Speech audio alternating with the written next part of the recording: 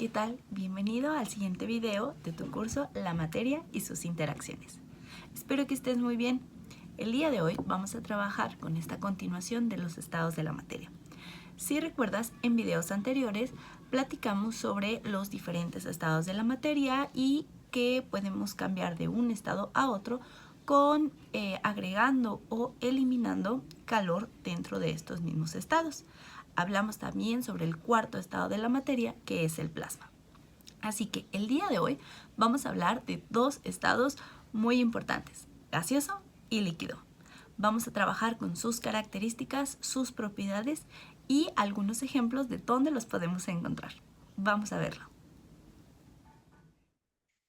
Comenzando con la información del día de hoy, el primer estado con el que vamos a trabajar es el estado gaseoso. ¿Y qué es un gas? Pues bueno, la ciencia nos dice que un gas es un estado de la materia en el que las partículas están dispersas. ¿Qué quiere decir esto? Bueno, que las partículas están todas separadas. Como podrás observar en nuestra imagen, no es que estén todas en un mismo lugar. Claro, tenemos una zona delimitada en esta ocasión, pero las partículas no están en un solo lado, o no están abajo, no están arriba, simplemente están dispersas por todo el espacio que tienen. Algunas de las características de este estado gaseoso que lo hacen tan increíble es que no tiene un tamaño uniforme en específico. Así es, esto se da a lo mismo que acabamos de mencionar, las partículas se dispersan por todo el espacio posible. Por lo tanto, no tienen una forma en específico. Se adaptan o rellenan el contenedor en el cual nosotros lo coloquemos. Por lo tanto, tampoco tienen un volumen definido. Un ejemplo de esto es el oxígeno. El oxígeno lo podemos tener en el aire, tan simple y tan sencillo.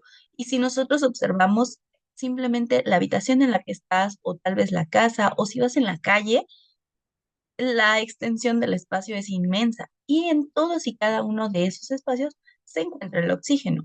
Sin embargo, ese oxígeno también lo podemos encontrar en diferentes contenedores como lo son los tanques o tal vez, por ejemplo, en la formación de las nubes o incluso podemos tener eh, cierta cantidad del estado gaseoso en un pequeño recipiente a una cierta temperatura, mientras que afuera de ese recipiente tenemos otra misma cantidad de aire en otra temperatura. Ejemplo de esto lo es el globo aerostático. Otra de las características de este estado es que se pueden comprimir. Así es, como lo acabas de ver, podemos hacerlo en un estado muy, muy, muy pequeño. Esto precisamente a que como las partículas tienden a dispersarse, nosotros podemos agarrarlo, comprimirlo hasta ponerlo en un espacio muy pequeño. Pero a su vez, estas partículas tienden a ejercer cierta presión sobre su entorno. Esto es, que las partículas tienden a quererse salir del recipiente, obviamente. ¿Por qué? Porque están acostumbradas a ser un poquito más libres de lo normal. Las fuerzas de atracción entre las partículas o moléculas que están en el aire, a diferencia del estado sólido, son muy, muy débiles. Aquí te puse tres estados de la materia: sólido, líquido y gaseoso. Si tú observas el estado sólido, todas las partículas están muy, muy pegadas. En el estado líquido, las partículas se encuentran un poquito más separadas. Y en el estado gaseoso, que es en el que estamos ahorita, las partículas están mucho, mucho más separadas. ¿Por qué? Porque no se atraen tan fácilmente. Por lo tanto, eso les da esa movilidad y esa característica de poder dispersarse y poder ampliarse a cualquier lugar que ellos deseen. ¿Y el gas fluye? Sí, así es. El gas puede moverse de forma constante y continua. No tenemos quien lo pare prácticamente. Un ejemplo de esto es el oxígeno, que puede fluir a través de un tanque, en el caso de los buzos, y bueno, ellos toman el aire del oxígeno, lo pasamos por el tubo hasta nuestra boca y posteriormente, pues, mediante nuestro ciclo, eliminamos el dióxido de carbono. ¿Ok? Pero sí, el gas puede moverse.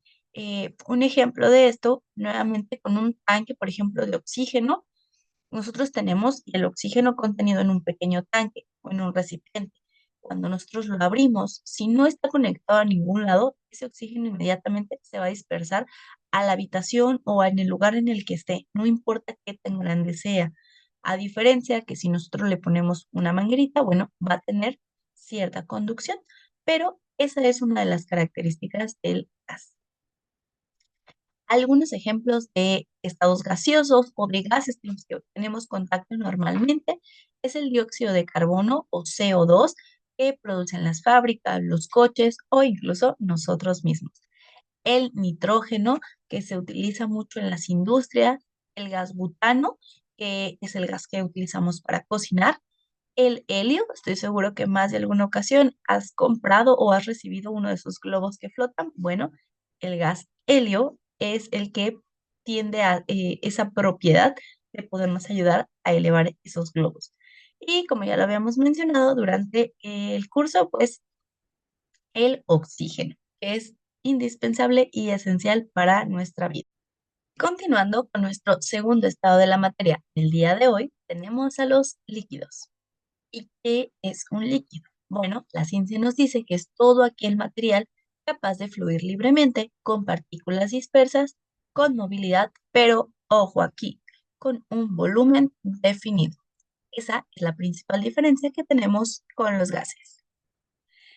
Si tú observas, ay, me voy a regresar, si tú observas esta imagen que tenemos aquí, a diferencia de la de los gases, estas pequeñas partículas no están dispersas por todo nuestro volumen, ¿ok? Estas tienden a estar en un solo espacio o tienden a estar juntas un poquito más.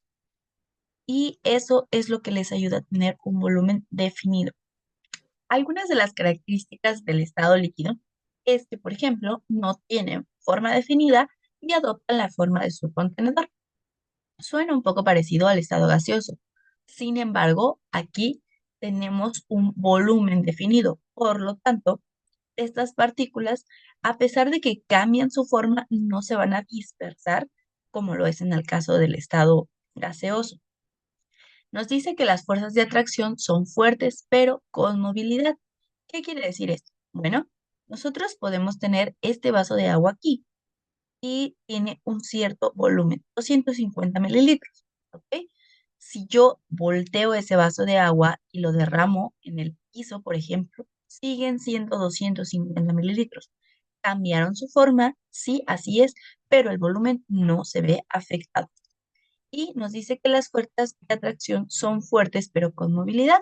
Si tú observas, tenemos un poquito de más moléculas, porque recordemos que están mucho más cercas, en diferencia del estado gaseoso, y estas, aún así, a pesar de estar más juntas, siguen teniendo movilidad. Por eso es que pueden cambiar de forma fácilmente. Otras características es que tienen un volumen definido, como el ejemplo que acabo de dar del vaso de naranja. Tienen fluidez, esto es que se pueden mover. Es por eso que podemos observar las cascadas, los ríos o incluso con el mismo ejemplo del vaso de agua. Si yo derramo mi vaso de agua en el piso, no es como que se queden los 250 mililitros en un punto, sino que estos van a dispersarse o van a recorrer cierto espacio. Eso es que tienen fluidez, ¿ok? Pueden moverse por sí solos y tienen ese espacio para hacerlo. Y por último, tienen viscosidad. Si no recuerdas qué es la viscosidad, te recomiendo volver a pasar a revisar el video de propiedades de la materia, donde hablamos sobre la viscosidad. Pero mencionábamos que la viscosidad es la capacidad que tiene un líquido de moverse, ¿sí? En cierto tiempo. Entonces, bueno, pues todos los líquidos pueden moverse, sin embargo, depende del tipo de líquido, es qué tanto puede moverse o qué tan rápido puede hacer. Ejemplo, no es lo mismo un jabón que el agua pura o incluso la miel, ¿sí? La miel va a, si yo derramo miel, bueno, híjole, primero de aquí a que se suelte el hilo de la miel que se forma, en el caso del jabón, pues va a ser más rápido, pero el agua, bueno, ni se diga, súper rápido. ¿Qué otra característica tienen los líquidos? A diferencia de los gases, la mayoría de los gases, todos tienen las mismas propiedades físicas o la mayoría tienen las mismas propiedades físicas, que son incoloros y la mayoría son inodoros, es decir, que no tienen color y no tienen olor, la mayoría.